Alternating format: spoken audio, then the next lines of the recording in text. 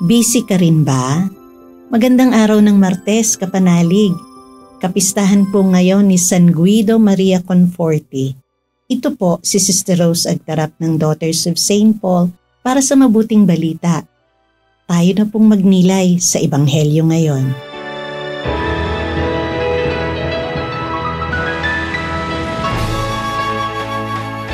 Sinabi kay Jesus ng isa sa mga inanyayahan, "Mapalad ang makakasalo sa bangkete ng kaharian ng Diyos." Sumagot si Jesus, "May isang taong naghanda ng isang malaking bangkete at marami siyang kinumbida. Sa oras ng handaan, pinapunta niya ang kanyang katulong para sabihin sa mga imbitado, "Dahil na't handa na ang lahat." Ngunit parang sabay-sabay namang nagdahilan ang lahat. Sinabi ng una, "Bumili ako ng bukid.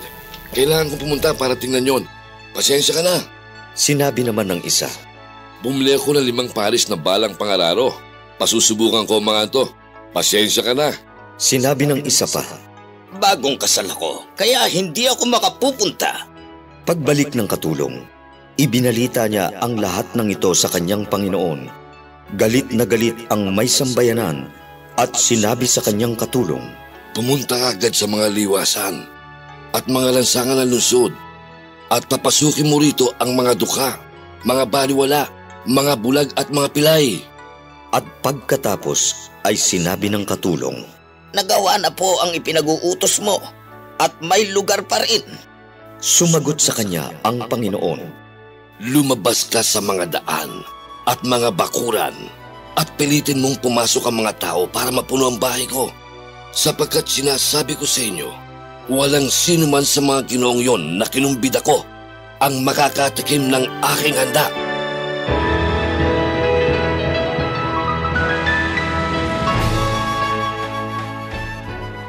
May mga salitang palaging ginagamit ngayon na halos hindi natin narinig sa nakalipas na 10 taon. Tulad ng stress, toxic, nega, burnout at iba pa. Ano ang nag-uugnay sa mga salitang ito? Madalas itong marinig sa mga taong napapagod, nanghihina, naguguluhan o gusto nang sumuko sa buhay. Marami ang humanga sa napakagandang pelikula tungkol sa buhay ni Padre Pio na ipinalabas noong 2022. Ngunit, mas marami ang namangha kay Shia LaBeouf na gumanap bilang Padre Pio sa pelikula. Dahil pagkatapos ng shooting, ay naging Katoliko siya sa tulong ng mga Capuchin Franciscan Friars. Kapanalig, patuloy ang paanyaya sa atin ng Panginoon araw-araw. Anuman ang sitwasyon o pinagdadaanan o pinagkakaabalahan natin, inaanyayahan niya tayong lumapit sa Kanya.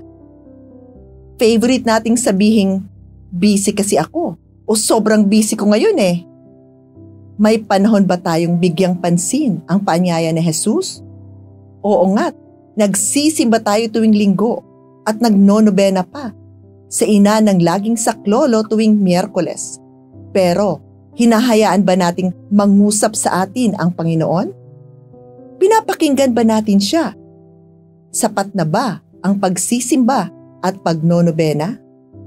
Sabi nga sa isang awit, wika niya'y, "Halina, lumapit sa akin. Kayong mga napapagal, aking pagiginhawahin. Bigat ng inyong pasanin ay aking pagagaanin. Halina, kaibigan, lumapit sa akin." Hindi nag-aksaya ng panahon. Nakinig at tumugon si Shia LaBeouf sa paanyaya ng Panginoon sa kanya. Kapanalig, nakikinig ka ba? Handa ka bang tumugon? Mga kapanalig, maraming salamat po sa inyong patuloy na suporta sa aming misyon. Subscribe, like and follow Paulines sa aming social media accounts. Tulungan niyo po kaming maipagpatuloy ang programang ito at ipadala ang inyong donasyon sa aming donations channels.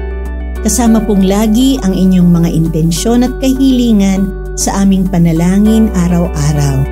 Ito pong muli si Sister Rose na nag-aanyaya sa inyong manalangin kasama ng lahat ng mga banal para sa mga minamahal nating mga yumao. Pagkalooban mo sila, Panginoon, ng pagkahimlay na walang hanggan, at mamulat nawa sila sa kaliwanagang walang katapusan. Naway magpahinga sila sa kapayapaan. Amen.